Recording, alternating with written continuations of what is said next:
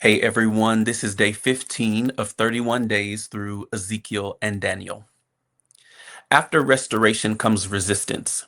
Ezekiel 38 and 39 introduces one of the most mysterious and debated figures in prophetic scripture, Gog of the land of Magog. The imagery is expansive, nations assembling, alliances forming, and a coordinated movement against a restored people. Yet beneath the geopolitical language lies a deeper revelation. This is not ultimately about territory, but about sovereignty.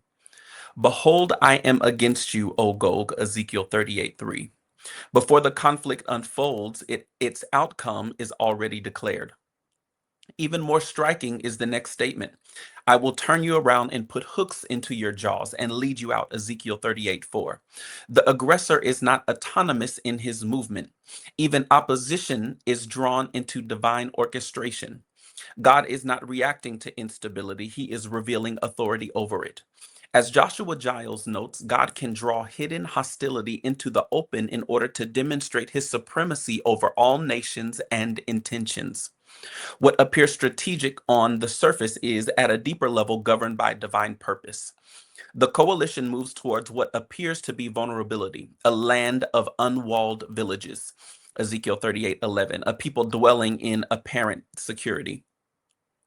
Yet their security is not absence of protection, it is presence of sovereignty. The Lord himself explains the purpose. I will bring you against my land so that the nations may know me. Ezekiel 38:16. The confrontation is not random, it is revelatory. It is designed so that the knowledge of God is no longer theoretical but undeniable. Then the response shifts from geopolitical language to cosmic disruption. There shall be a great earthquake in the land of Israel. Ezekiel 38:19. Mountains collapse, boundaries shake, and confusion spreads among the invading forces. Every man's sword will be against his brother, Ezekiel 38:21. The coalition disintegrates under its own instability. As James Gall observes, divine victory is never dependent on human strength, but on alignment with divine authority. The battle is decided not by military balance, but by heavenly decree. The judgment is decisive. You shall fall upon the mountains of Israel, Ezekiel 39:4. What follows is not only defeat, but total dismantling of opposing power. Weapons become fuel, and the battlefield becomes a place of prolonged cleanup, 7 months of burial, underscoring the completeness of the collapse. Yet the emphasis is not spectacle, it is revelation. So I will make my holy name known in the midst of my people Israel. Then the nation shall know that I am the Lord. Ezekiel 39:7.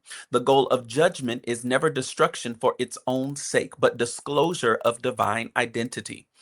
As A.W. Tozer reminds us, our understanding of God shapes everything else about our lives. These chapters confront diminished views of divine authority by revealing a God who governs not only hearts, but nations and movements beyond human control.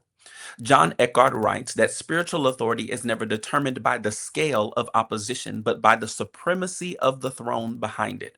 Here, that truth is made visible on a national and cosmic level. And yet, the final movement of the chapter is not judgment, but presence. I will not hide my face from them anymore, for I shall have poured out my spirit on the house of Israel. Ezekiel 39:29. The story ends not with war, but with restored communion. Gog represents the final resistance to divine purpose, yet even that resistance is folded into God's revealing work. Opposition does not derail sovereignty. It becomes the stage upon which sovereignty is displayed. As Jeremiah Johnson observes, movements of global shaking often serve to reveal unshakable divine rule. Ezekiel 38 and 39 leaves us with a settled reality. Restoration does not remove testing, and peace does not eliminate opposition. But neither resistance nor escalation can override the rule of God. And when all has unfolded, three realities remain clear. The nations know, the people know, and creation itself testifies that he is the Lord.